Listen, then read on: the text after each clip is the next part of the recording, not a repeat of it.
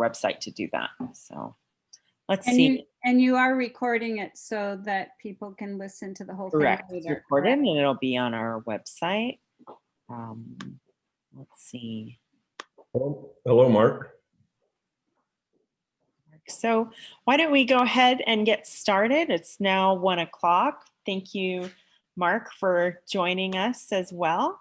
I'm Claudia Rempel, and I'm the operations manager here at the Lopez Island Library.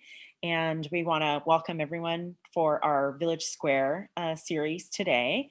We'll be hearing from various people in our community and hearing about their efforts, past efforts in the COVID-19 pandemic and here on the island, and also looking forward to some new information about what we can expect in the next couple of months and how we can continue to be engaged in the recovery efforts here on the island. So don't want to take up too much of your time, but just want to let you know that the library is open for our grab and go. We have had some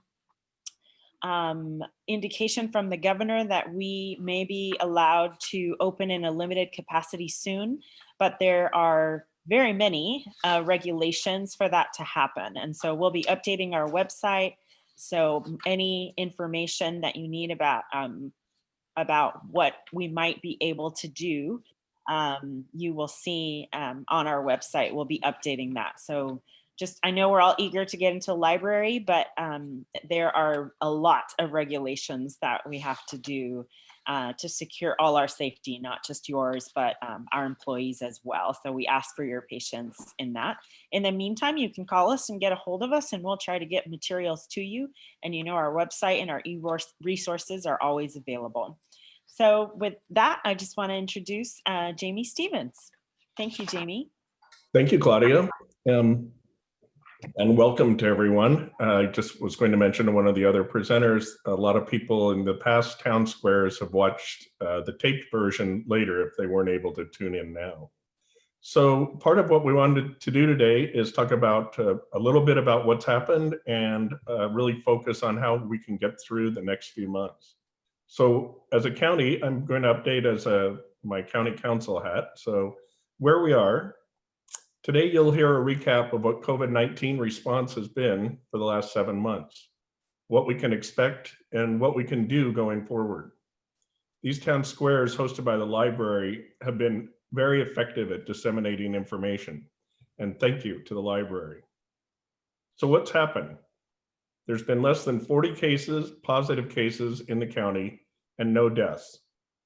We, as a community, have been steadily and strategically responding to and filling the needs of the community in many areas: personal protective equipment, testing, housing, food, transportation, and counseling.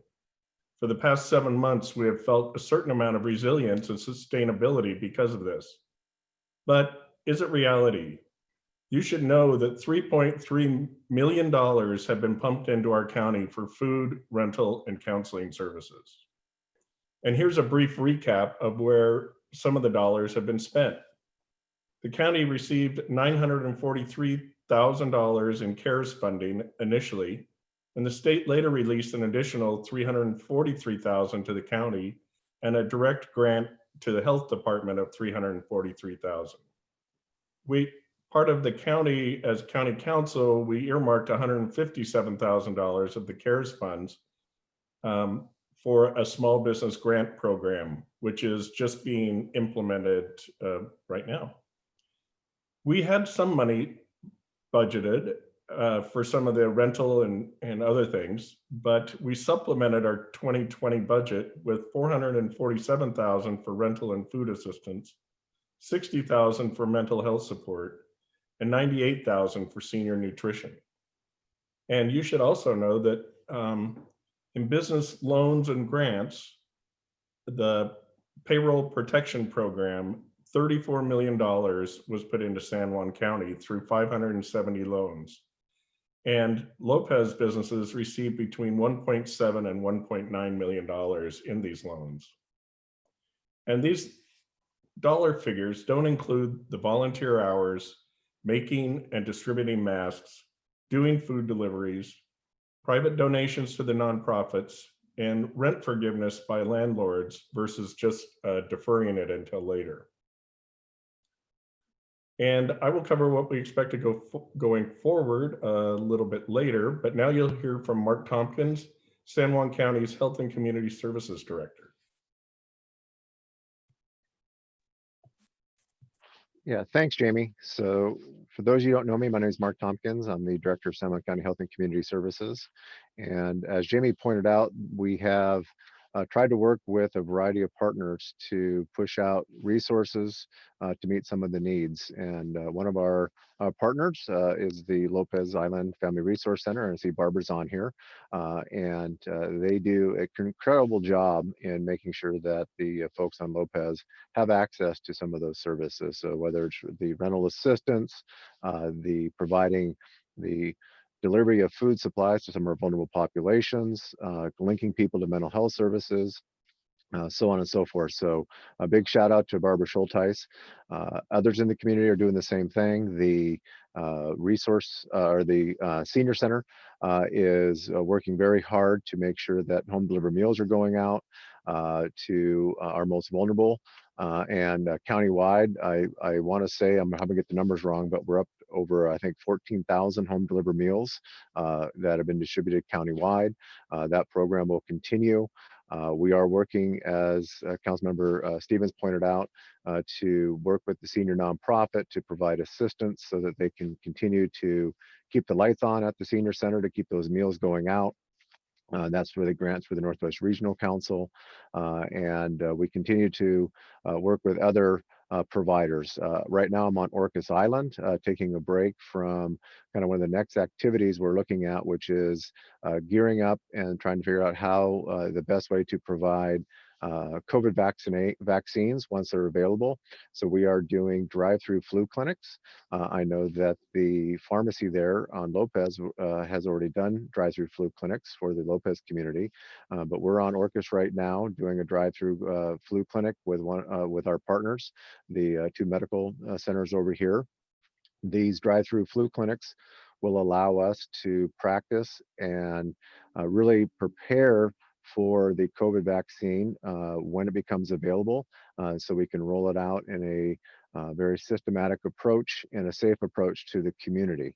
And so we're using these flu clinics as a model. And this is our second one.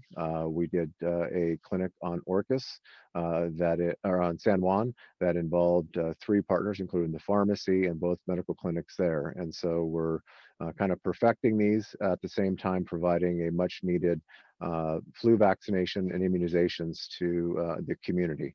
And so that work is continuing. Some of the other items we're working on, and I know it was mentioned on one of these talks before by our behavioral health specialist, and Richard Ury, is the resources on the county website for mental health.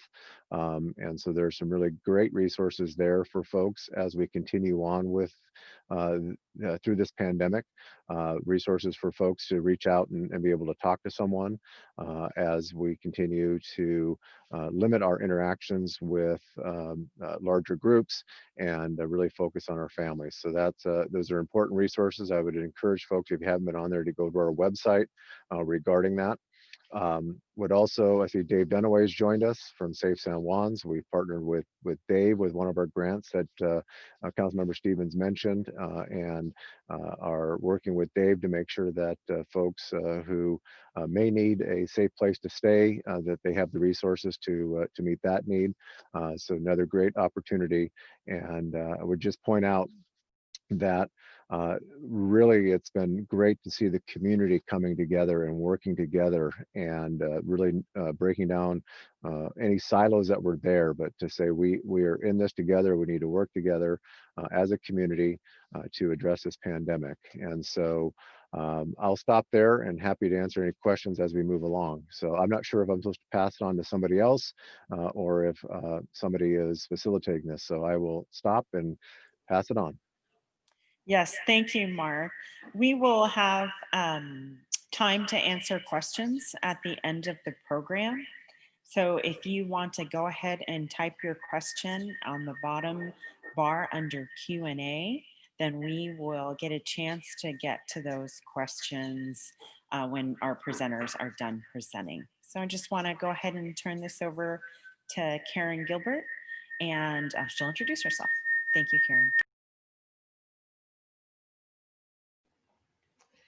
Hi, my name's Karen Gilbert. I'm a nurse among several nurses and other community members who formed a group in the spring to respond to the COVID-19 health needs on Lopez.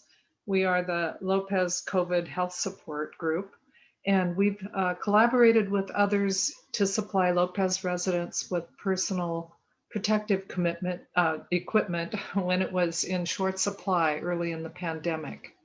Well over 2,000 cloth masks were made by island mask makers, along with many custom masks for workers by Tracy Cottingham, and thousands of the grab-and-go masks offered at most business locations on the island.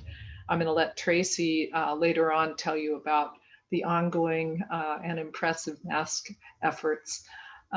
More recently, we organized and helped the Lopez Island Pharmacy staff a drive-through flu vaccination clinic, and we are posed to help with COVID vaccinations or testing if needed in the future. We are proud of island residents who have followed public health guidelines to keep island COVID cases low. Over the course of the summer, islanders have worn masks, have curtailed most gatherings, have stayed home mostly, have socialized with friends and family outdoors. Looking ahead, however, we have concerns about recent increases in COVID spread on the mainland, nationwide, statewide, and the very real risk it will happen here too, as kids come home from college, families gather for holidays, and more adult children need to move back home for survival. Ideally, like the countries and states with the lowest COVID infections, visitors should be tested, then quarantined for 14 days, and tested again before possibly exposing a community or their families to a COVID infection they don't even know they have. This is the safest way to be sure people do not transmit this virus. That said, we know that not all people are planning to do the safest thing because they so badly want to see their family and friends, or their kids need to return home from college or a disappeared job. These are personal decisions that we respect without judgment. However, we want to share some strategies with you on how to minimize your risk and the risk to our community during this time. Please ask anyone who will be visiting to do the following in the 2 weeks prior to their visit. Minimize contact with others, stay home if they can, quarantine as best they can, practice strict adherence to wearing a mask whenever they are around others, keeping their 6-foot distance, and be religious about washing or sanitizing their hands before and after eating, drinking, or touching their face or objects that others have touched. In addition to the above requests, ask them to get a COVID test with results before coming to the island. Many other counties offer free or reduced cost testing. Most colleges offer students COVID tests for free. They can get them several days before they come home and have their results. Wherever people live, most places that aren't a rural county with an extremely small health department are able to offer some COVID tests. So ask people to look into that and try and do that before they come. If you are the one going to visit other people, these recommendations apply to you as well. Unfortunately, COVID-19 testing currently is rather limited in the islands. We have a unique situation. Everything costs more to provide services here. We have a really small health department, and we have limited services right now.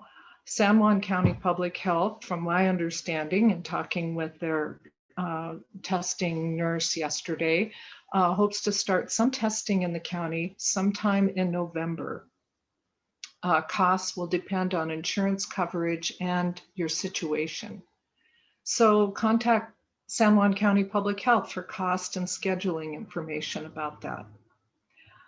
The UW Lopez Clinic also offers COVID testing, situation dependent.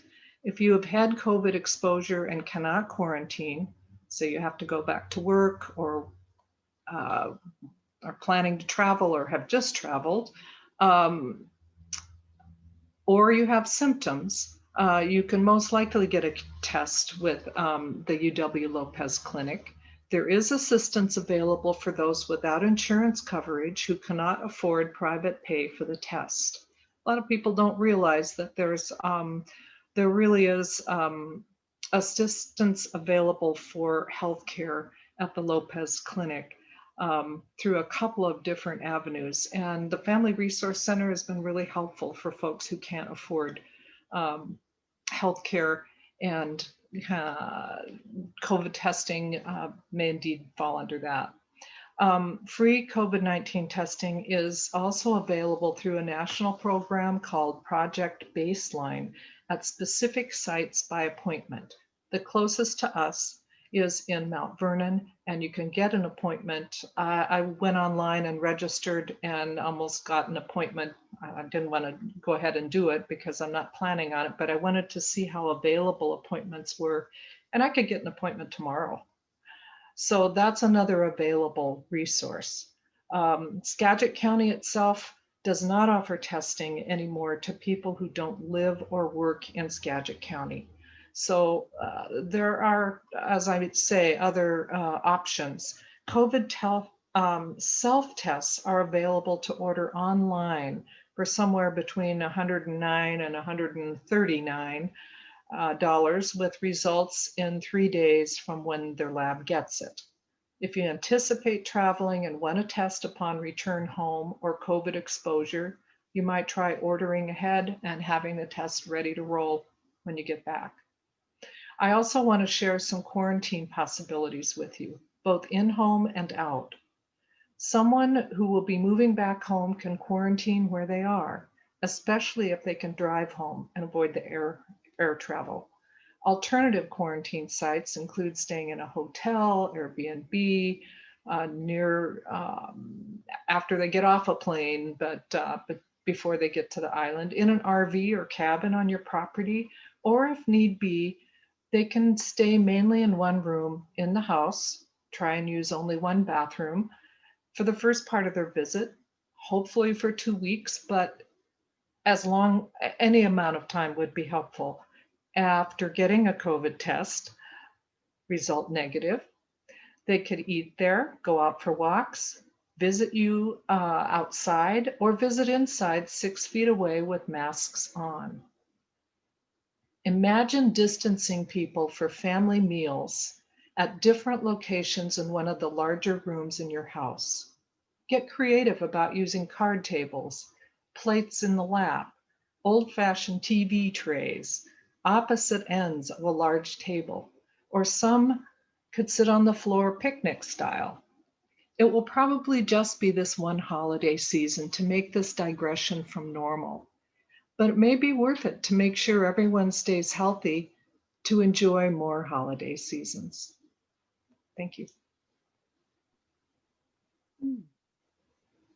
All right, well, I will introduce myself since I'm also working with Karen and their fabulous team of nurses. I'm Tracy Cottingham, and I have been working with a fiber called polypropylene, which is the fiber that's in the N95 masks.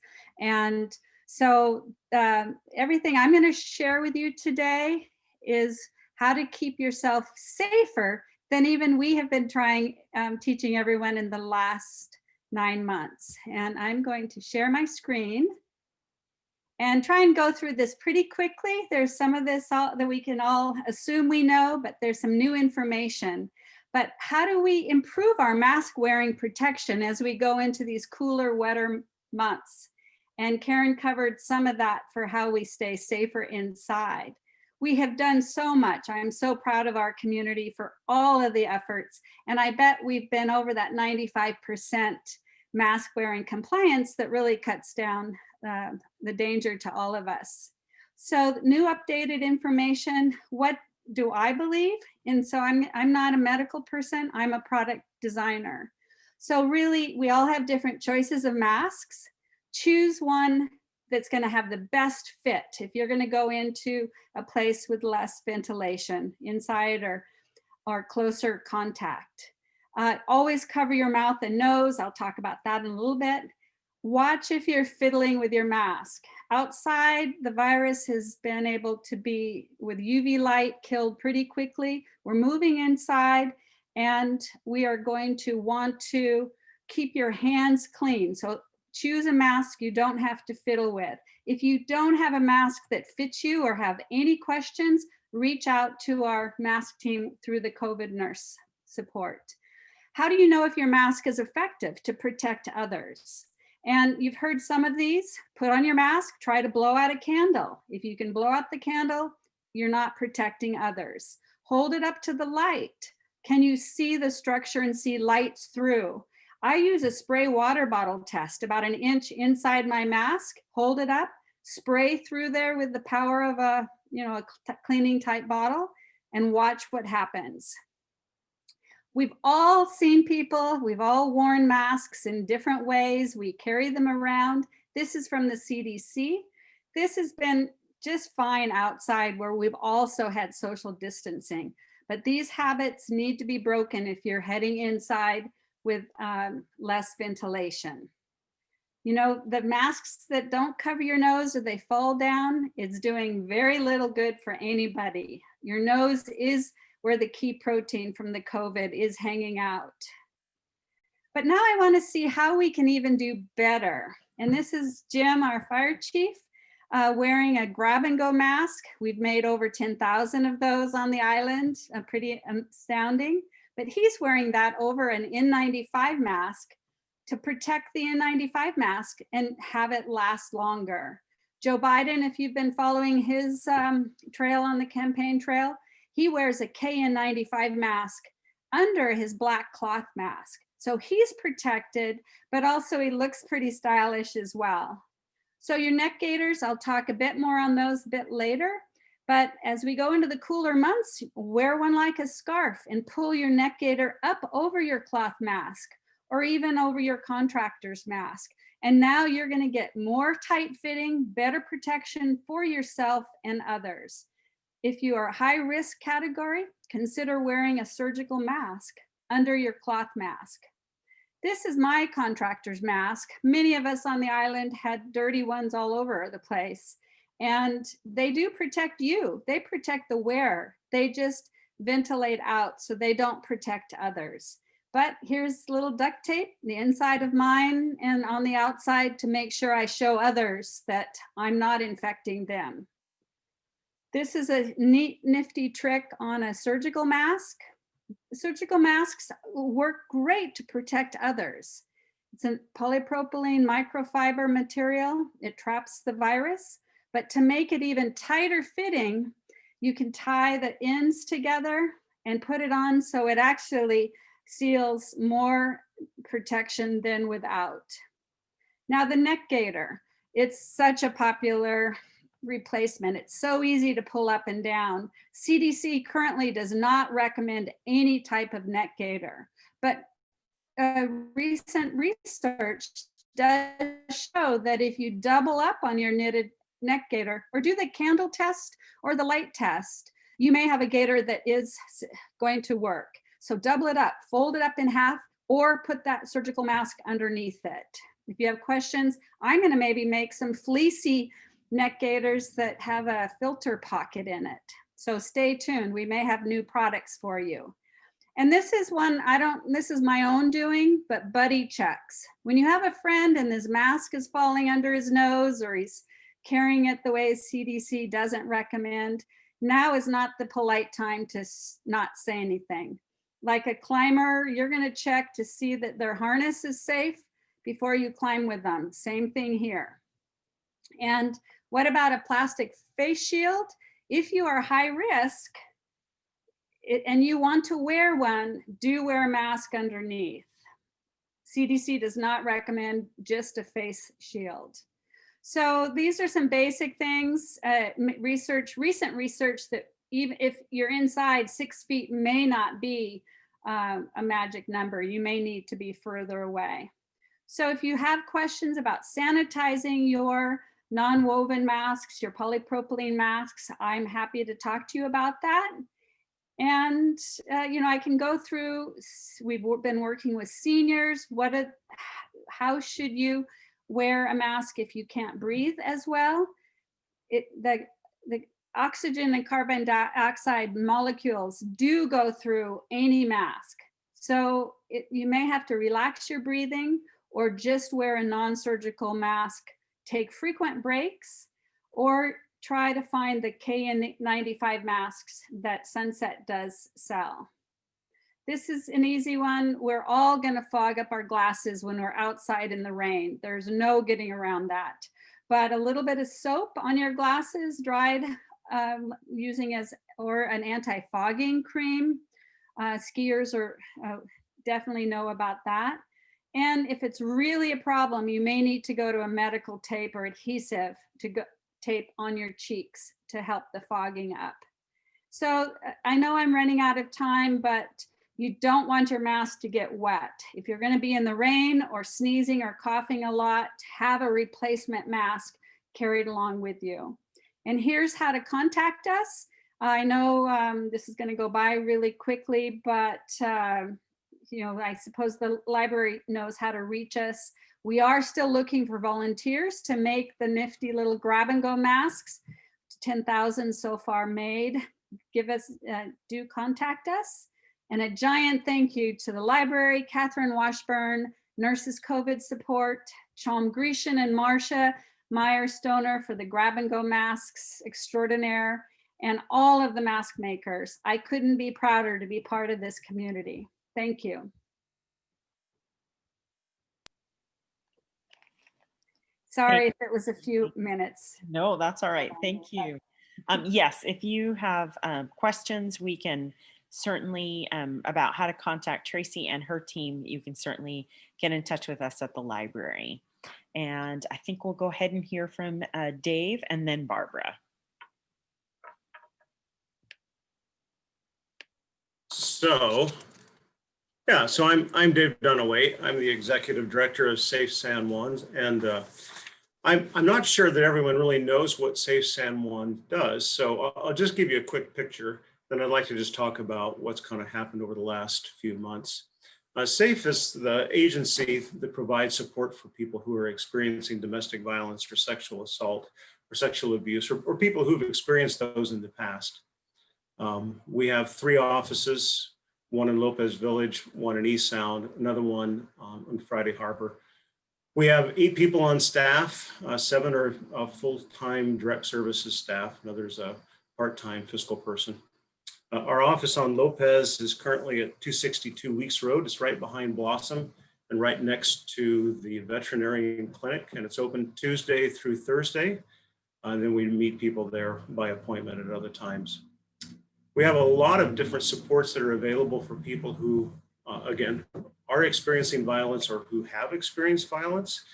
The first one is our domestic violence or sexual assault services crisis line. That is a crisis line that is staffed by our employees 24/7. There is always somebody on it. It doesn't matter what time of the day. To reach it from Lopez, you just dial 360-468-4567. So 468-4567 will get you to one of our staff members. The other thing that we do, one of the other things we do, is just help people in crisis planning, because as you can imagine, much of what we do is just that. So helping people figure out what to do when they're right in the middle of a violent situation. We do a lot of safety planning. with people, helping people come up with a personalized safety plan by which they're able to navigate what's going on and move forward. We do a lot of emergency shelter. So it's not unusual for somebody to come to us who's in a violent situation and who feels like they need to get away from that. And so we'll help put them in a place where they are safe. Generally, it's a housing situation that somebody in the community has made possible. We usually call that a safe home. We do a lot of advocacy. Advocacy is very much like problem solving, helping somebody kind of think through the situation at hand and figure out the options. Other places you might hear that called case management, but it really is just, and somebody will contact us and again, be in a situation that is a violent situation, and they just simply need help and help figuring that out. Advocacy shows up in a lot of different ways. One is legal advocacy. Our agency does an awful lot of protection orders, probably the go-to agency in the county for those, where we help people fill out and then file protection orders. We help people prepare for court hearings, and then we'll go to court with them. We also do medical advocacy. Again, it's not unusual for us to get a call from a clinic or from the hospital and let us know that somebody's been assaulted. And then we'll go there and we'll be with them and just kind of be with them during examinations and such. Some of the medical advocacy we do is around pregnancy. We have free pregnancy tests for people who want to know if they're pregnant, and we do some forms of birth control. Financial advocacy is something that we do as well. It's not unusual for clients who've been in a domestic violence situation to be completely and they're off bank, not named on shared assets, and they come to us completely broke. So we help them rebuild. We'll have support groups as well for people. And then we also do professional mental health counseling for survivors of sexual assault and domestic violence. It's difficult to really overstate the impact on life that the trauma of domestic violence and sexual assault can have on somebody. We actually have 2 full-time professional mental health counselors on staff. Another thing that we do is we work with each school district to provide free violence prevention education for grades K through 12. One of the things that's kind of interesting about our agency is that all of our services are free. We are actually prohibited from receiving payment for the services, so we can't charge anybody. So we actually have to go out and find people who will help us financially, which is a big aspect of my job. So that's kind of it in a nutshell. There's been a lot of question and concern about the increase in domestic violence because of the COVID-19 response. And I'd say that, it's not the virus itself that created an increase in domestic violence. It's that virtually every aspect of the response to it was a catalyst for domestic violence. And that's not really a political statement on my part. That's just kind of the reality of it. And I think everybody recognized that was likely to be the case and has been concerned. So when we're talking about isolation and job loss and sheltering in place with abusers and the financial stresses, loss of relationships with people, all of those, loss of control of life, all of those are catalysts for violence. So we had already been seeing a pretty dramatic increase in year over year in the number of people reaching out for support. So when I look at the numbers for this period, the COVID period of this year compared to last year, it's hard to know how much of it actually is attributed to the COVID-19 response. But in terms of data, we definitely have seen a response, definitely seen an increase. So the data that I would just share right now, this is just for domestic violence in San Juan County. It doesn't include what's happened as it relates to sexual violence.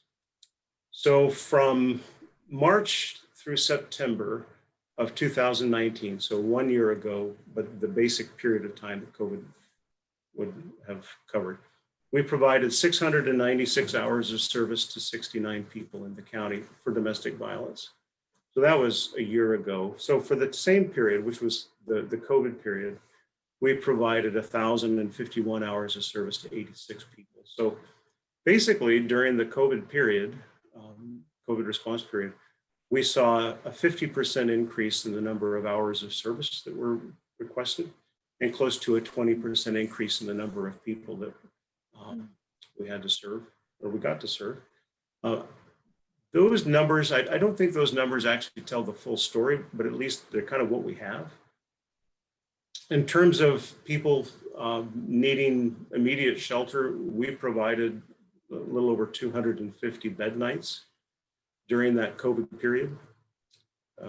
Obviously, it's still continuing, so we're continuing to do that. These numbers are not shrinking. They're definitely stable, if not continuing to grow. In terms of just this agency and how we responded to all this, well, when the COVID-19 response hit, we did really what everybody did. We hunkered down. We tried to isolate ourselves to stay safe. We tried to go remote. We were, as human as anyone else, very concerned for our safety. Didn't want to catch the virus, didn't want to pass it on. One thing that happened though is we learned very quickly that remote support just doesn't work for everyone who's trying to flee violence. So within a week, we had figured out how to serve people in person. And we've been working in person since the end of that first week. So, you know, if you're a person who is suffering from domestic violence, or, you know, the trauma, the historic trauma of violence, give us a call. Come see us. We'll see you. We follow the health department guidelines and serve whoever needs help. That's all I got for this part. I guess we're going to do kind of a forward look in a minute.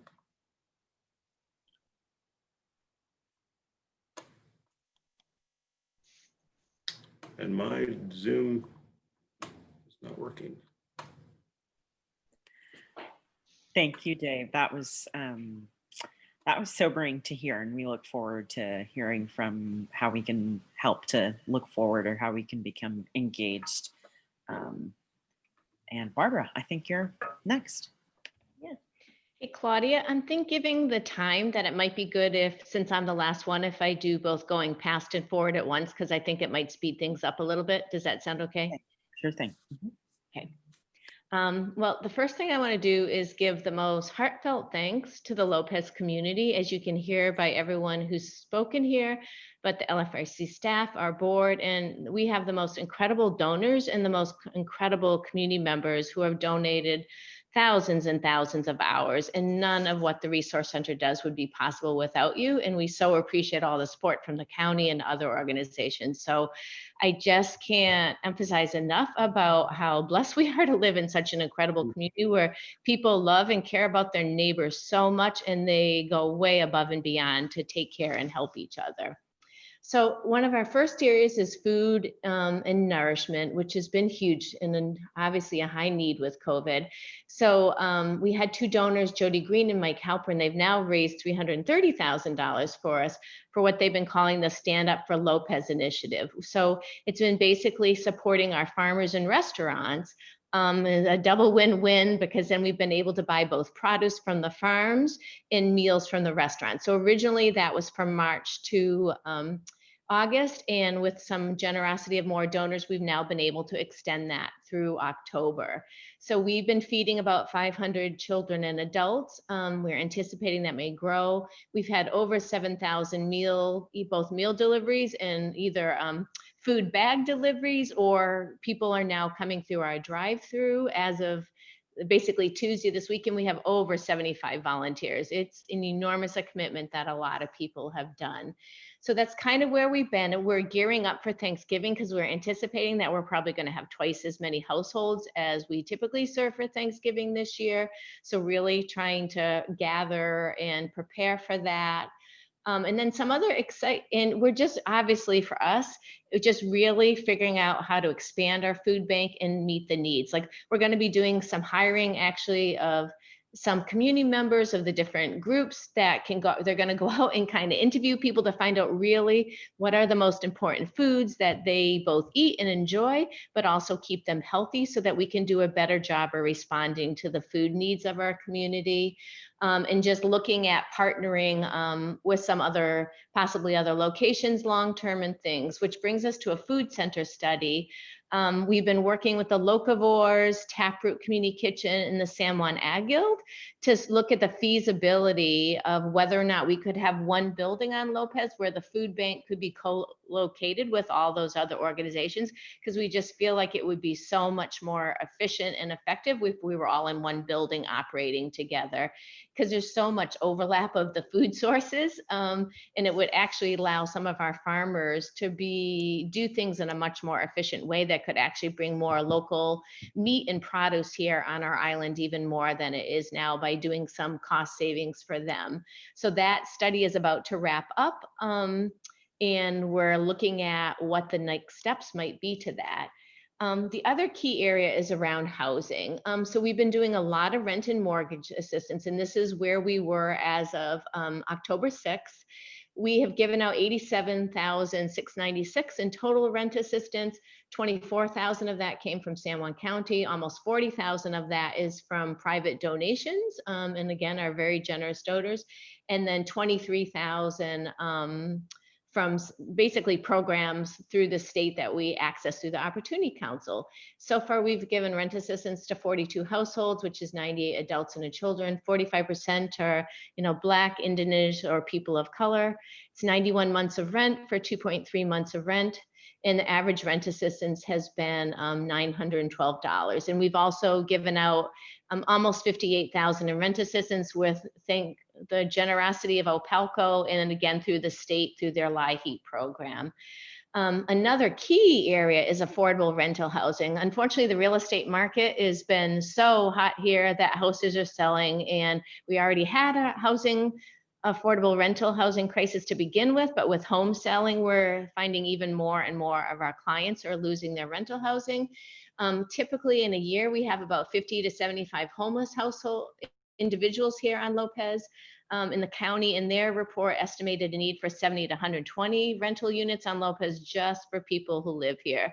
So I really want to say a huge thanks to a number of LFRC donors who formed a new nonprofit, Housing Lopez, to create some affordable rentals. They're working on their first project now of 6 cottages. You've probably seen the sign up on Fish Bay Road of what it's going to look like.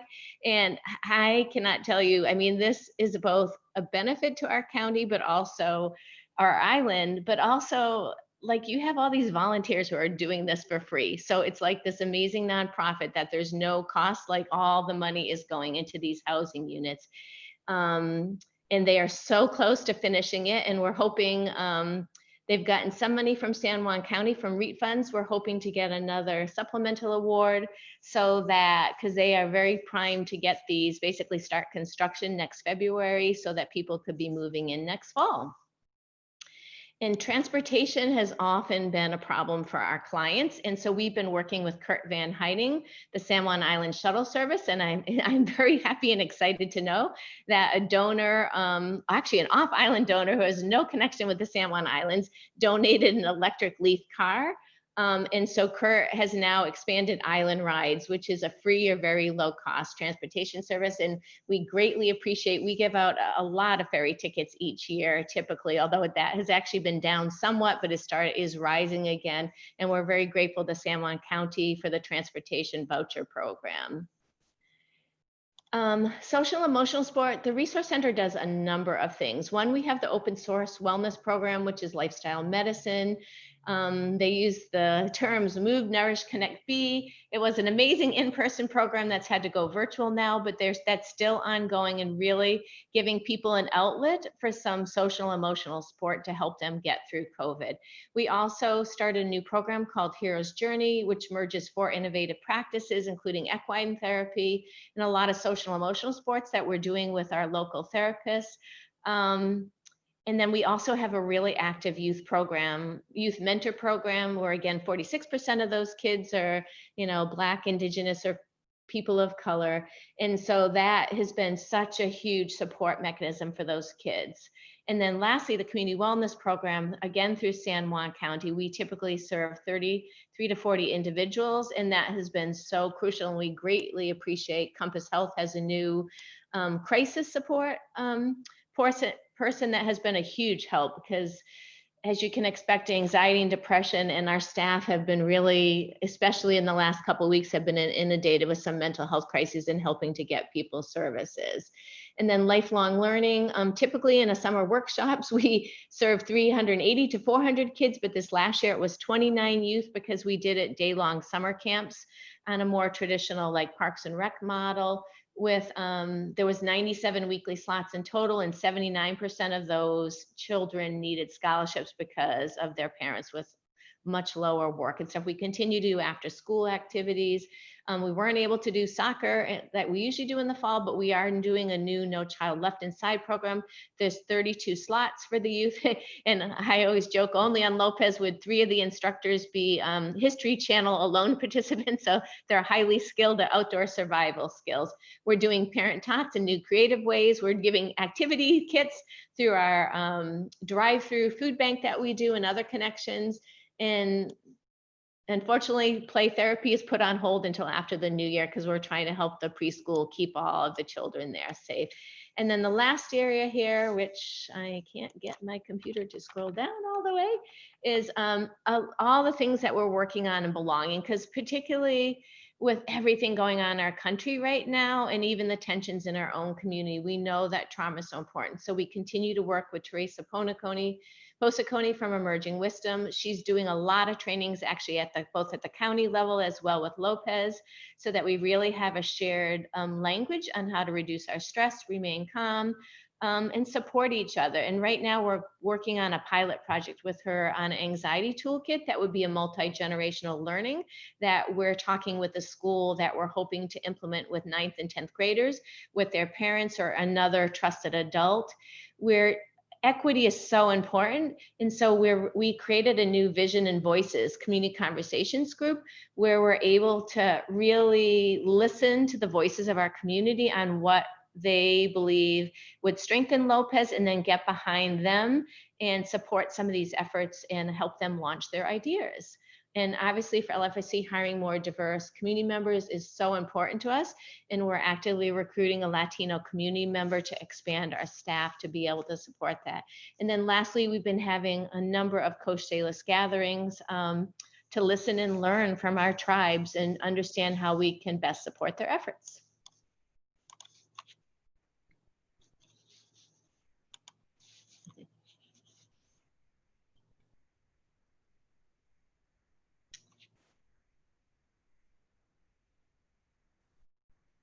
Who's up?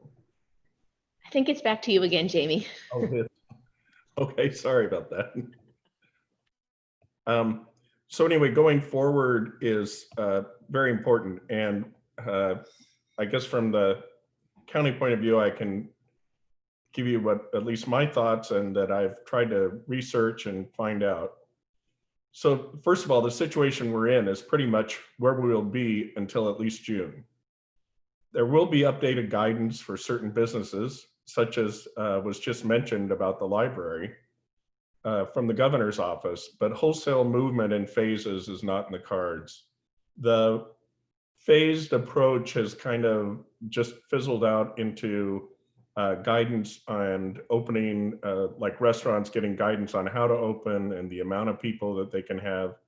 And, you know, that may change, or like the library, it may change, but just the wholesale going into phase 3, there is no application process, and they've kind of they've let it drop. So given all that, I think a lot of the times we had a little anxiety over hoping something would change.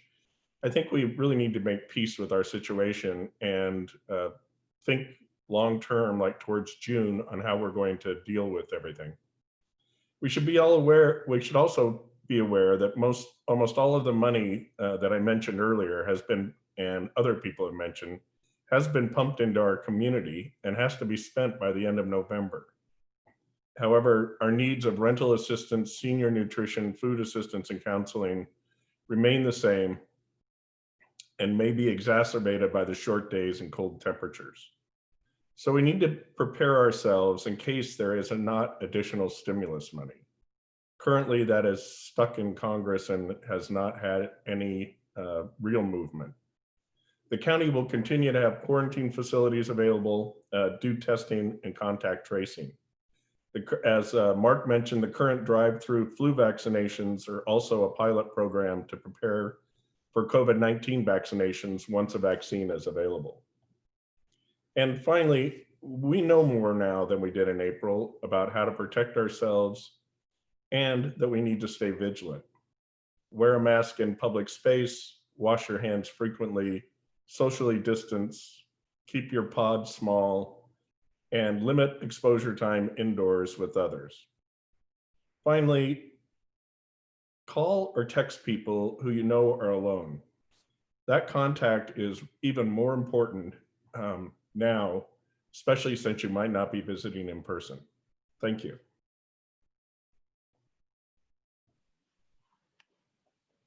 Thank you, Jamie. Mark, did you have anything to add about going forward, or then we can move on if not? Yeah, no, I think Jamie covered it extremely well. He said it very well, so I don't have a lot to add. Just a couple of things. As been mentioned by several of the speakers here, I think that for the time being, with the case rate increasing in Washington State, if you've been following that, we'll continue to be in this holding pattern with any of the phased movements. I would anticipate, as Councilmember Stevens has said, is that we'll continue to see some new guidance and updated guidance documents. One thing to mention is that several of our schools, our public schools, are making the decision to go back to some in-person learning in small batches. So San Juan School District has decided to go kindergarten through second in person in a hybrid model. So they'll be splitting those grades and having an A and a B schedule. So that will be underway, as have a lot of our private schools are back in session as well. And so those are on some ongoing activities. And so with that, I know that others have lots of speakers today. I have nothing really more to add to it, as Councilmember Stevens really did cover everything that I was going to touch on. So nice job, Jamie. Well, we did hear from Tracy and Karen about some forward steps about how to keep ourselves safe during the holiday season, and also a call for more volunteers for mask making. So unless Tracy or Karen, you wanted to fill us in on more, we'll head to Dave.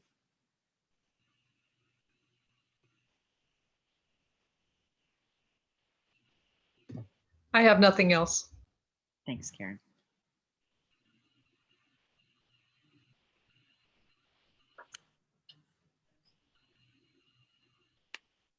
Okay, Dave. I can't tell if I'm unmuted. Am I unmuted? You are, yes. So I don't know who said it, but when I finished speaking before, it said that was sobering. Who said that? Okay. It was, you know, when you said that, it kind of actually took me by surprise, because these are just the things we deal with all the time. So I mean, it's true that there's frequently days that end by we look at each other and go, you can't make that up. Like you couldn't even write these as stories, because there's some of the things that we see coming to us are so unbelievable and just so strange that you go, can't even make that up. But again, it's just become so normalized in our that I don't know. It ceases to be sobering in one sense. I mean, it is sobering, but it ceases to be sobering in one sense, only because one of the things that the staff here gets to do is to see broken people find their feet. And we see people come in and display courage that is absolutely staggering, and internal strength that is it's just absolutely profound. And I find it such a gift to be able to work with people who are in situations that people would find, many people would just find hopeless, and see people just discover their own internal strength and take courage and really build something marvelous out of that um, which was not marvelous, but actually really build a life that is really quite admirable, and it's kind of touching to watch. I really do just love it. And I have to say that we are dealing with the frustrations around a loss of control. I mean, just as people right now, we're just dealing with a loss of control, kind of a breakdown in the things that we held, or kind of the dreams that we had as to how life would be right now. You know, just so many of those things. But when our clients walk through the door, that just is what their life is like. And so they're used to looking at discouragement and finding something positive. And they have such a can-do attitude. And we have been hugely blessed by working with them. And I think it's been that kind of a can-do attitude of not just looking at what is going wrong, but looking at what could go right. That I think that has been encouraging to our staff and has been helpful to our staff in this COVID response period. And so, you know, when we were having a planning meeting for this meeting, this Village Square, we were actually talking about that, about how many things are not available to us anymore, and how many things we've had to kind of put aside. And we talked about those and all the things that had been going bad, and then we started talking about all the things that we might be able to do. We actually started problem solving and thinking about that, and we actually started getting excited about all the opportunities that exist on Lopez, and all the things that we could do, even though there's so many things that we can't do. And I just anyway, I'm rambling a bit and I'm a little off track, but I just think about this moment and how much we can learn from those whose lives didn't turn out the way they thought, but who found internal strength to not give up, but to press forward and make something new that is beautiful.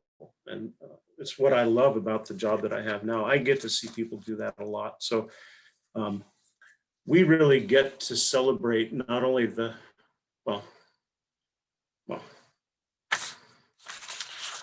I'll get off. It is important for us. What's that? So I said, let me just. I said, I think looking forward to this kind of long, as Jamie said, through a long period of continuing the same. It's tempting to be frustrated, but I think your words are trying to move us forward and looking at the positive by the examples of those who truly have adversity, that, you know, we can continue to be present in the moment and to look for good things. Yeah, and it's not it's not to discount the things that are happening, because they really stink. I mean, I just don't like this time that we're in, but we can choose to make much of it still. So just kind of looking forward from my own perspective, I just wanted to say maybe a little bit more about the people that we work with and kind of tie some things together. The people we work with, especially those who are experiencing domestic violence or just experiencing impossible choices, they are really used to hearing people say, well, if you don't like what you're experiencing, then just leave. But the truth is that leaving isn't always the solution to violence. I mean, what people really want is just the violence to be reduced. Others might want them to leave. They may not have really good solutions other than leaving. But again, to leave a situation means to give up a lot of things that life has been built around. So again, we just recognize the impossible choices that people are facing. And there's a lot of similarities to kind of what's going on right now in our communities around the COVID-19 response. We're really faced with a lot of very difficult, and sometimes it just feels like impossible choices. So again, from our agencies, what we do is we just love to help people problem solve. We love to have people come in before things are broken. I mean, we have a lot of people that come in here when things are broken, and you know, it's not repairable, but we love it when people would come in and talk about things before they actually are broken. You know, when they're stressed and when they're bent, they're dinged up, but they're not broken. Or we can really start looking at how to move forward. I'd like to think that our agency is full of relationship experts who are good at helping people think about what to do to make much in a situation that's not good. So, well, Dave, can you share again some information if anyone is struggling or knows of someone who is struggling with domestic violence or abuse, of how to get in touch with you? Well, sure. On Lopez, you would just simply call our phone number, which is, well, you can always call the crisis line. So again, 468-4567, but we also have our office number, which is 468-3788. All of our numbers ring to the same place. So we have numbers that are specific to each island, but they all ring to the same place because of the way our phone systems are set up. They can also just go online and look at safesj.org. So like Safe San Juan, SAFE-SJ.org. Last thing I just wanted to mention was that, you know, unfortunately, we really do have people who are fleeing pretty actively violent situations. So we are constantly looking for places in the community that would be safe places to put them, just to kind of escape the intensity of that moment. Much of what we do is we work with private residences, or, you know, just property owners who might have a guest cottage or a guest home on their property, who would not mind making that available for somebody to spend a couple of nights. If you have something like that and you would like to make it available, please contact me. I'm easy to reach. It's just dave@safesj.org. Don't tell people about that, because the minute you tell people about it, it's not secret anymore. So just keep it confidential between us. We are a little stressed, or not stressed, we are a little bit challenged on Lopez right now.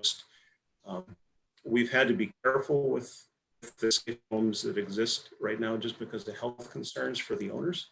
So we're constantly looking for additional people to provide those kinds of places. So let me know. I think that's all I've got. I would just continue to urge people to reach out before things are broken. Let's do the things that need to be done to rebuild before they break. And again, let's as a community, let's continue to celebrate the things that we can do and keep finding the things that we can.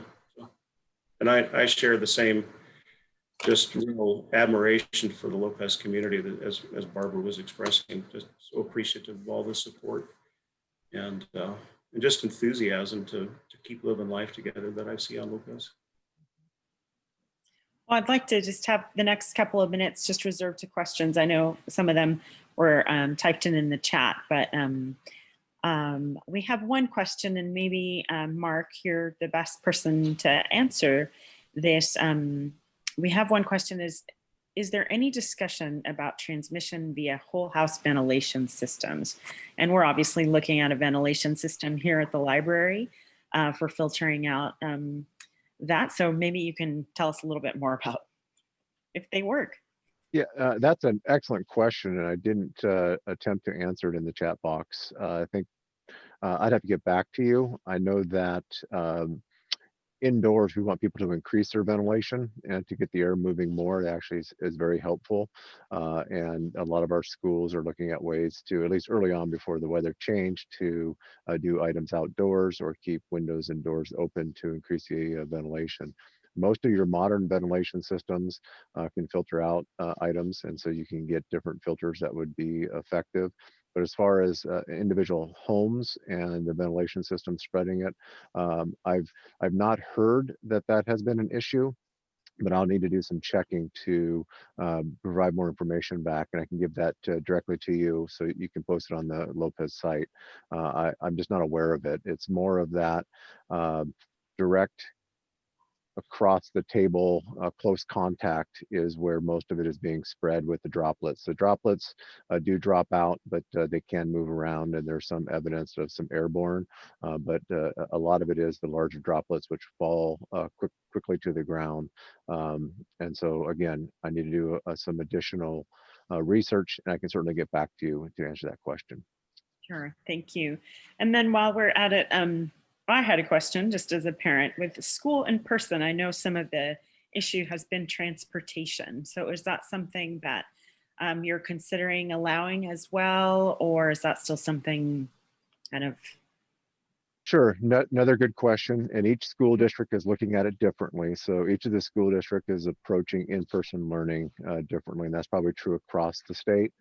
I believe on Orcas, and I've not heard yet, they were considering last night potentially going through a kindergarten through second grade model as well. But their model would have the parents dropping the students off at the school with no bus transportation. The San Juan School District is looking at providing some limited bus transportation because not all families have the ability to bring their child to school. And so they're working through the challenges with that. Obviously, students on the bus will be masked. There'll be a screening that would go along with that, and all those details are being worked out. And then distancing on the bus as well. And so there's a lot of logistics for schools to work out around transportation, drop-off zones, screenings. And so they're each approaching it differently based on their staffing, what their parents are asking for, and how they can do it safely for their staff and their students. Thank you, Mark. Thank you, Mark. We had one question about Medicare, which I believe, Karen, you've answered in the chat. Does Medicare cover the cost of COVID testing? But is that true for, I guess I would add to that, is that true for most insurance companies?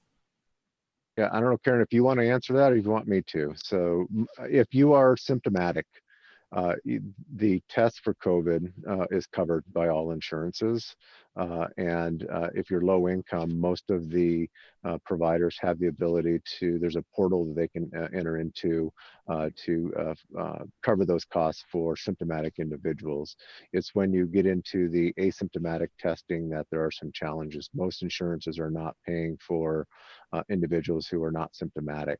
And so, but if you are symptomatic and you're showing the symptoms of COVID, insurances will cover the cost of the test. There should be no barriers because of cost for the test. And Karen, is that correct? I see you nodding. So.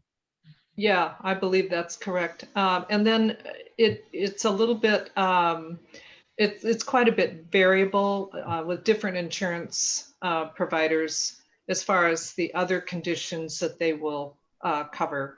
Like if you've had a COVID exposure and you work in an essential service, it's, there's other kinds of, there's gray areas, I guess. And some insurances are going to be covering things that others aren't. It's part of this healthcare system we have that's so fractured.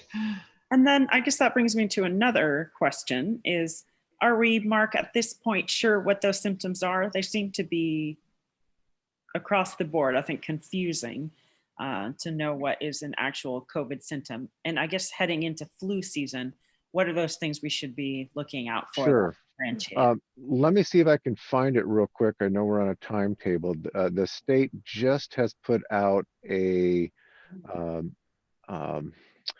they have what are called I think they call them A and B type of symptoms. Let me see if I can find that. Just give me a second. And that would be great to post on Lopez Rocks direct from the county. Mhm. Yeah, we can certainly put it on the website. And I this did was, just read it on one of the public health sites. I don't know if it was CDC or Washington State or what, that the one symptom that is very COVID specific is a sudden loss of taste or smell. correct.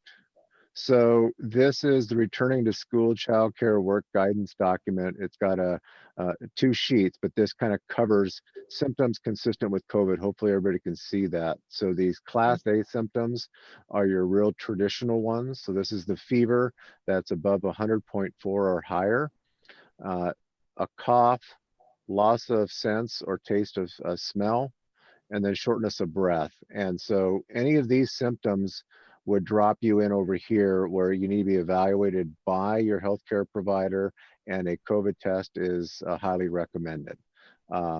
The class B symptoms are your fever, or excuse me, fatigue, headache, muscles or body ache, sore throat, congestion, runny nose, nausea, vomiting, and diarrhea.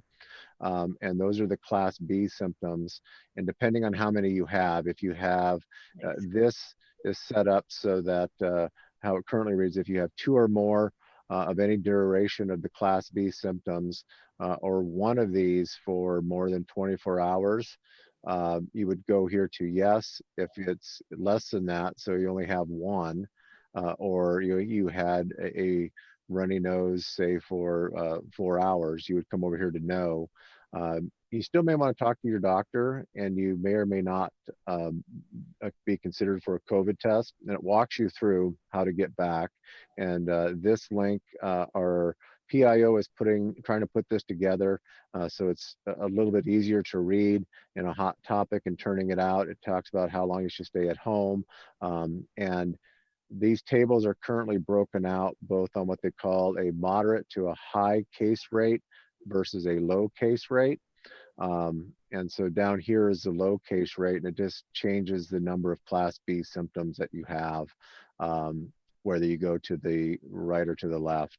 I would recommend for employers around here and schools, based on how quickly we can bounce to a moderate to a high rate with our small population, that you really focus on this table up here, because we can quickly go from a low disease rate to a moderate to a high disease rate with just a couple of cases. And so I would encourage people to really focus on this. And again, our PIO is working on a hot topic. We can certainly provide links to this, but this gives you your classic symptoms for COVID here with these class A and then class B symptoms. Obviously the class A are the ones that are more concerning, and would definitely put you into where you need to have that COVID test.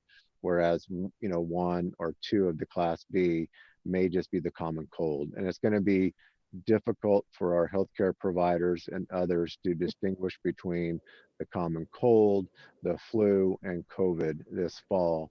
Thus is why we are really encouraging people to get their flu shots this year, just to hopefully reduce the incidence of flu, to take that out of the picture. That's a great flow sheet. Mhm. It's very specific. It's helpful. Yes, and if need be, we can provide the links. This is on, again, this came out this week, and it's on the Department of Health's site, but I'm happy to provide it. And if you, if it's more appropriate, maybe give it to the library to distribute, we can do that as well. Sure, we can definitely post a link on our website. Okay. Thank you, Mark. All right. Let me see if there's any more questions that I think we should answer out loud. I guess probably one of them, Karen, I believe you started answering, is about these rapid tests versus the uncomfortable I don't know how to say that word, I think it's nasal swab. Nasal, there we go, not but nasal for So I believe these are rapid tests that are available to the public. Is that what they're Are they less effective, more effective than? Well, I'm really not, I haven't seen a lot about, the last time I saw anything substantially illuminating was that the rapid tests some time ago were not considered as accurate as the nasal swabs. And now just FDA has just recently approved the saliva tests, and it's a PCR, which is a genetic test for the COVID. And from what I've read, what people are using, are the nasal swabs, and now as more and more of the saliva tests will become more available because, it's fairly new. So it's probably not as common now, but it's going to become more common, I'm sure. But so far, I haven't seen anything talking about the rapid tests being widely used. And like I say, the last time I saw anything about it, it was saying that really wasn't quite accurate enough to use in a widespread way. Sure, and I can add a little bit on to that. So there's a variety of different tests coming out. So depending on what you're talking about with the rapid test, there are some PCR tests that can be done very quickly, but that is if you're associated, with a large facility that has a lab right there, they can get results fairly quickly. With out here, we have to ship our results out. Now we do have what's called one of the Abbott testing machines at the Peace Health facility that is a point of care test. And that is a rapid test. It's a screening test as you enter the hospital. And a lot of hospitals have those screening tests, but they always follow it up with a PCR test, which is the nasal swab. And it gives the hospital a quick diagnosis so that if they need to move them into a room that is got negative pressure or whatnot, they can do that while they're waiting for the PCR test to be done. And so most people are still going to the PCR test. If you're associated with a lab and you're right in one of those facilities and it's a rush job, they can get results fairly quickly. But with us shipping them off, it takes a while. There's also some mail-in tests that people can get. I know that you can actually go to a couple sites and you can actually answer questions, put in your name, your insurance, what your symptoms are. They'll send you a test kit. You can then take your sample yourself and mail them back in and get results. I've heard that from the time, and I know somebody who did it, it took them about 4 days from the time they went on, ordered it, got the kit, sent it in and got it back. It was about a 4-day turnaround time, which was not bad for out here. And so there are some options there. So hopefully that answered the question that the person had. Yeah, and those kits are, Costco is selling one of the saliva PCR kits for $129, and there were other companies selling the nasal swab kits for between $109 and $119, I guess. But it's just like you said, Mark, it's the turnaround, it's a few days. It's not bad, but it's not immediate. And the other thing, not to scare, so the original nasopharyngeal test was up and around and down, and that was the one that people didn't like because now a lot of them just go up in your upper part of your nose, and so it's not as intrusive, and so it is not like you saw for some of the original ones. Some people are still using the one that goes up and around, but most people are going now just to the swab that goes into the upper part of the nose, and then they swirl it, and so it's not quite as invasive. But again, not all test sites use the same one, so it depends on where you go, which test and which swab you end up getting for the nasal swab. And then finally, a question: are there still recommendations when we're off island to still self-isolate at home when we return, and that has that window of time changed? So another excellent question. A lot of it's based on your activities and your risk level. So we have people coming on and off the island all the time for essential jobs, and those folks certainly are not isolated because it's part of their job, whether it's delivery truck drivers or nurses or doctors or other folks who need to travel. If you are doing a low risk activity, you should be monitoring yourself and limiting your interactions, but not necessarily quarantining. So a low risk activity would be, you need to go over to Costco and shop, and you're not going to be around anybody for 15 or more minutes, and you're always wearing your mask. So you're on the ferry in your car. You didn't go upstairs and sit in a booth with other people. You drive to your doctor or to get your groceries wearing your mask the entire time, washing your hands. You get back on the ferry, sit in your car, and go home. That'd be a low risk activity. You still should, as Jamie pointed out earlier, limit your group sizes and monitoring yourself for symptoms. But that would be a very low risk activity and wouldn't require quarantining. Now, if you're going off and you're going out to the restaurants with your friends, you're doing this, you're doing that, and you're not taking those precautions, then yes, you should be quarantining because that's how it spreads. What we're hearing around the state is it's the group gatherings, it's the individuals who are either getting together socially in a little bit larger groups within homes or elsewhere where this is spreading.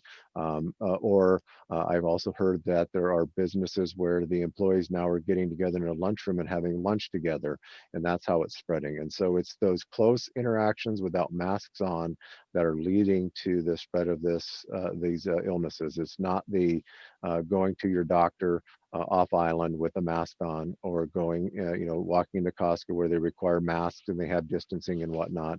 Those are not what is leading to these increased cases. It's that what I would call riskier behaviors, where you're getting together with people outside of your normal household for extended periods of time, indoors without masks on, or even outdoors for extended period of time, closer than 6 feet without your masks on, is really what's causing the spread of this illness. Well, that is good to hear, good information. Finally, I want to, I'll let you go in a minute, Tracy, but after that, just want to give everyone an opportunity to just say goodbye. And if there's anything particular from the public that you'd like to ask for help or materials or money, then give you that opportunity and then we'll sign off. But go ahead, Tracy. I didn't have anything, Claudia. Oh, okay. Sorry. I thought it was me, Claudia. I just wanted to remind people, as I said in my talk, that there are ways to mitigate the risks when you have people coming for holidays, kids coming home, and pay attention, because it really is possible to mitigate your risk, to lower your risk for transmission. If you just, don't let your guard down too much. Don't just act like normal. It's just this 1 year, just you can do it. We can all do it.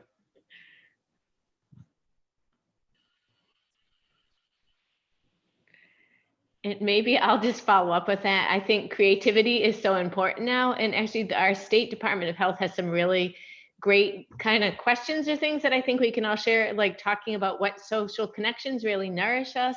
How can we be creative to make that happen, like Karen was saying, but also what are the things that motivate us and give us a sense of hope? Because if we can all, whether it's within a business or, like those are the things that the LFRC staff are talking about to kind of help keep us resilient. But I think you can do it with your friends, your family. And I think all of those things that kind of keep us going. And the Resource Center always needs more volunteers. So if you email katie@lifrc.org, she can share opportunities. And obviously we have a long road ahead. So donations for food, rental assistance, and a whole variety of supports that we're providing for our community are greatly appreciated. Just say, you are fantastic, Barbara. I'd just like to say, if you, for everyone, there is a lot of what I think is a lot of innovation going on right now. And I find it interesting the way our businesses and places of gathering have been creative about how they're managing this to be safe. And I just urge you, as Karen did, to be vigilant. If you're looking for information and you get lost on the state's website, like I often do, I email Mark or call the health department. And they're happy to help you, and they can get you or direct you in the right place very quickly. Thank you. Well, thank you to all. I know we're a little over time, and for those of us who hung in there with us, anyway, we'll have some of this information on our website. And oh, Lynn, hold on, I got a chat. We're going to,